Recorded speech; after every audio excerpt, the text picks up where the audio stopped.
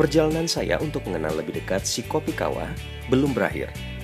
Profesor Gusti Asnan telah memberi pencerahan akan asal-muasal si kopi kawah. Namun ketika mencicipi kopi kawah, muncul pertanyaan yang menggelitik benak saya. Bagaimana daun kawah, bahan dasar si kopi kawah ini dibuat? Jadi saya meminta Ong, pemilik dangau atau kedai kawah di Payakumbuh, untuk mengantarkan saya ke tempat pembuatan daun kawah. Lokasi pembuatan daun kawah terletak di Desa Kotobaru, Batu Sangkar. Suasana segar alam pedesaan menyambut kedatangan saya. Bangunan-bangunan rumah adat khas Minang masih dapat dijumpai di desa ini. Daerah Kotobaru masuk dalam Kabupaten Tanah Datar. Daerah ini merupakan salah satu penghasil kayu manis di Sumatera Barat. Maka, wajarlah jika di sepanjang jalan desa banyak warga yang menjemur kayu manis. Hamparan sawah terbentang di Desa Kotobaru. Warga di sini memang rata-rata bermata pencarian sebagai petani. Desa ini terletak di lereng dua gunung, yaitu Gunung Merapi dan Singgalang. Jika tak tertutup kabut asap, maka akan terlihat Gunung Merapi yang menambah cantik pemandangan. Jadi ini daun sama batang-batangnya ya bisa dijepit ya? Untuk proses penyanggraian ya, ini disangrai dulu nih. Jadi prosesnya itu dia dijepit di bambu, terus di situ ada bara api gitu. Ya, disangrai langsung. Lama dong kalau dari daun kering, daun basah gini untuk jadi kering. Capai 1 jam, Mas. Tapi kalau boleh jujur, kalau lihat teman-teman petani kopi yang jualan bijinya nih ya, Iya. ngelihat daun kopi digini pasti stres. Daunnya. Sedih juga dia.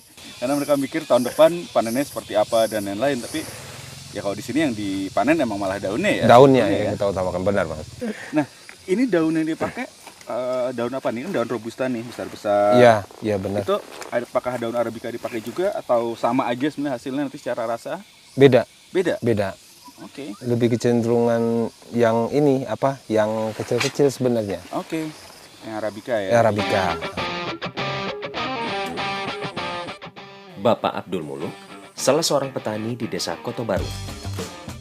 Beliau adalah satu-satunya warga Desa Kotobaru yang masih melakukan tradisi memproduksi daun kawah. Dahulunya, banyak warga yang memproduksi daun kawah. Namun lambat laun, warga mulai berhenti memproduksinya. Tanaman kopi yang ia tanam, sengaja ia ambil daunnya saja. Biji kopi bukan menjadi prioritas. Terkadang, biji-biji yang masih muda pun ikut terbawa. Daun yang dipilih adalah daun kopi robusta yang tidak terlalu tua. Pada saat proses pengasapan, Abdul Muluk dibantu oleh sang istri. Pengasapan dilakukan di halaman rumah Abdul Muluk. Daun yang sudah dipetik kemudian dirapikan dan diikat pada bambu untuk diletakkan di atas perapian. Perapian yang digunakan sangat sederhana, hanya ditutupi oleh lapisan-lapisan seng. Proses pengasapan berlangsung selama kurang lebih 1,5 sampai 2 jam hingga warna daun menjadi coklat dan kering. Setelah itu, daun kawah kering baru kemudian disimpan ke dalam karung. Menarik juga ya melihat proses pembuatannya ya. Jauh lebih lama dibandingin saya kira sih jujur ya. Dekat 1,5 jam loh Mas Adi. Dekat 1,5 jam ya? Iya. Tapi hasilnya bisa kita nikmati. Iya sih. Dan melihat warnanya ini cukup gelap nih. Ngambil anget boleh kali ya? Boleh. Ayo. Kita langsung seduh aja. Boleh. Dan kalau dari sisi warna Lebih dekat ke teh. Justru lebih dekat ke kopi bang. Kopi ya? Ini gelapnya gelap kopi nih. Kalau teh kan cenderung merah ya. Ini dia lebih ke hitam. Jadi kalau saya perhatikan aromanya lebih kuat ya bang ya. Mungkin karena dia baru disangrai ya. Ya. Gimana untuk cita rasanya Mas? Cantik. Ini belum saya gulain tapi udah ada karakter kayak Gula aren. Saya nggak tahu karena pakai batok kelapanya atau gimana. Ini pengaruh dari batok ya. Ngaruh dari batoknya ya? Batok. Karena kalau minum kawa ini pakai gelas Mhm. nggak ketemu lagi rasanya. Oke. Ada gelas saya coba ya Bang ya. Oke. Mumpung ada gelas. Kita coba aja. Kita coba.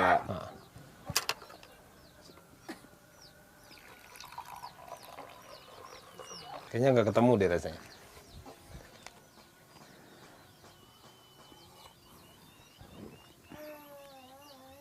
Ada tapi tidak sekuat itu. Itu dia kan. Hmm. Warnanya pun cenderung agak keteh tapi lebih gelap sedikit. Iya. Bang, makasih banget ya sudah dikasih kesempatan lihat prosesnya. Iya, Kemarin sempat sama-sama, nongkrong Mas, buat ya. abang. Benar. Saya penasaran sih jujurnya dengan apa yang bisa saya lakukan sama kopi kawa ini. Nanti deh saya coba main-main dengan kopi kawa ini di Jakarta. Selain format tradisional direbus bareng, apalagi sih yang bisa dipakai gitu loh. Benar. Karena kalau orang bisa membuatnya dengan lebih mudah di rumah, tentu akan lebih populer, lebih Ya, benar. dicintai. Kalau udah populer bisa lebih dicintai, Benar, pasti. ya kan?